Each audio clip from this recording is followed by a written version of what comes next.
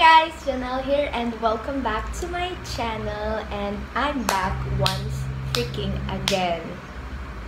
Palagi naman. And by the way, nasa dorm nga pala ako and ngayon lang ako nagka-time mag-film ulit. So ngayon may pa-off-shoulder tayo. Ano po? Papabakuna. But anyways, as you could see from the title, today I'm going to be doing a fresh graduation makeup look. Yes, fresh. So, wala lang, tatry ko lang kasi I've been wanting to film this video for so long. And finally, I have the time, the courage, the passion, everything. And sorry nga pala kung medyo mahangin or kung may marinig man kayong ingay.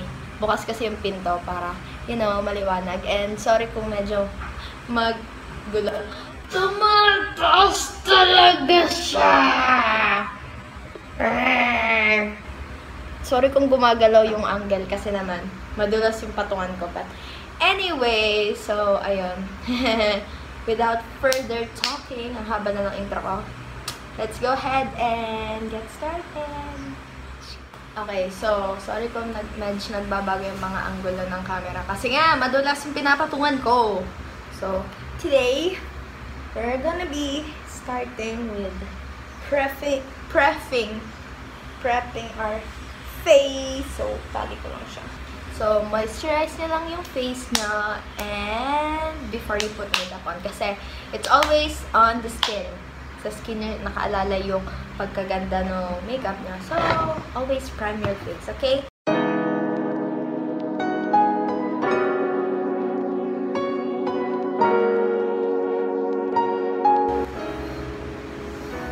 So, after you prime your face, you can go dumiretso na kayo sa foundation. So, yeah, I'll be putting all the products I've used in the description box below.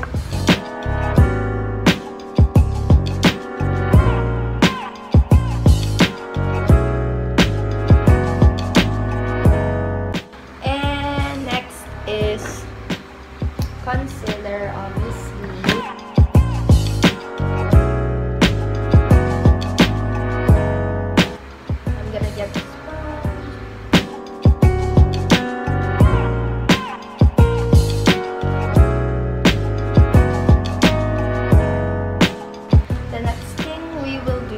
Set our face, obviously. So I'm just gonna get this Ellana mineral cosmetics, I don't know, powder, setting powder, I don't know, in the shade Smile.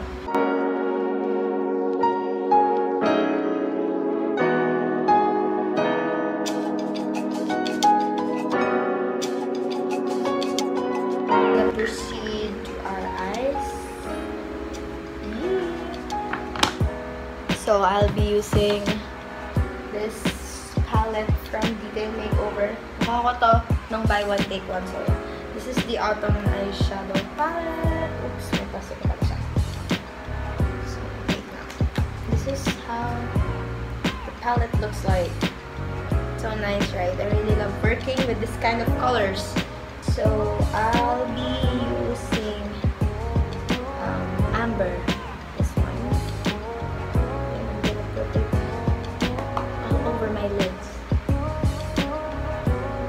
And wait, lapit nga ako. Yan. Hindi na ako makita, diba? Siyempre.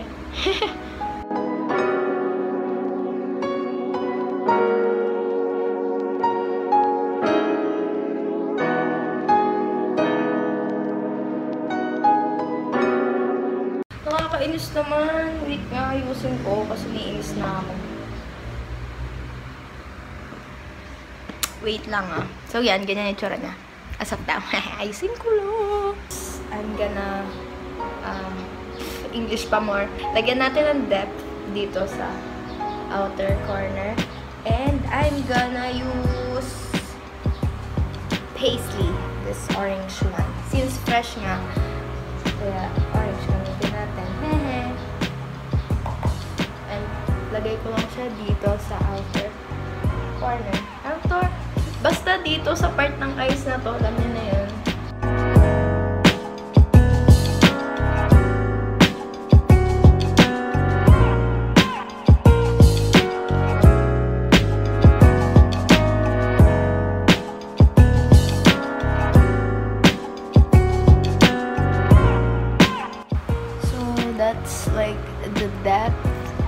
talking about. We're gonna put a pop of color in our eyes. Another pop of color. This gold one. And lagay ko lang siya dyan sa gitna.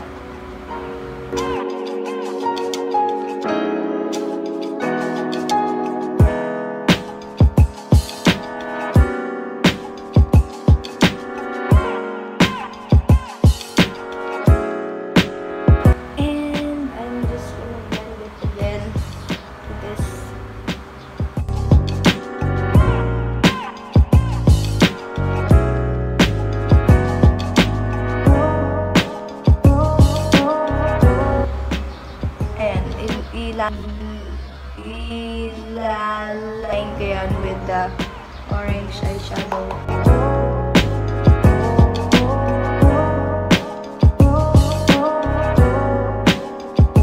So, tapos yung eyeshadow natin. Yan na yun. Can you see? And I'm gonna curl my lashes. And kung pwede, mag-falsies kayo para mas baha yung mata nyo. Pero wala akong falsies ngayon. So, mascara na lang. This is from Inga. Their fiber tattoo mascara. This is so nice. Gives volume to your dead eyes. Can you see that? Just like that. Oh my god, it's so nice. I'm gonna cry. Next is blush. And I'll be using my favorite teviant. I'm gonna use the pink one. This is my favorite. Pareho ko silang gusto, but this is more like on the fresher side and this parang sa mga junk blush. Siyempre, dun tayo sa fresh kasi, diba? Who doesn't want to be fresh anyway?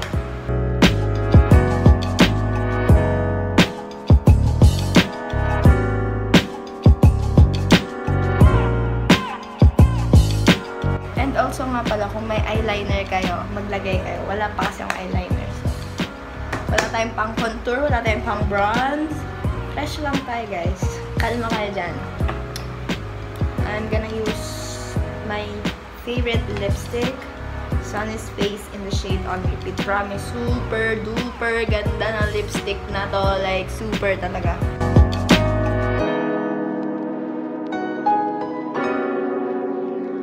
Hazel?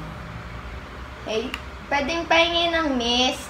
So, pinaram tayo ni Hazel ng mist. Ito naman ang gagamitin natin. Rosewater mist from Luxe Organix.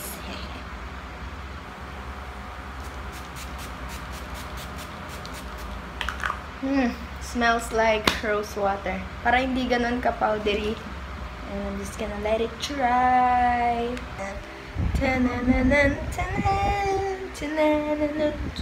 Ready na ba kayong graduate?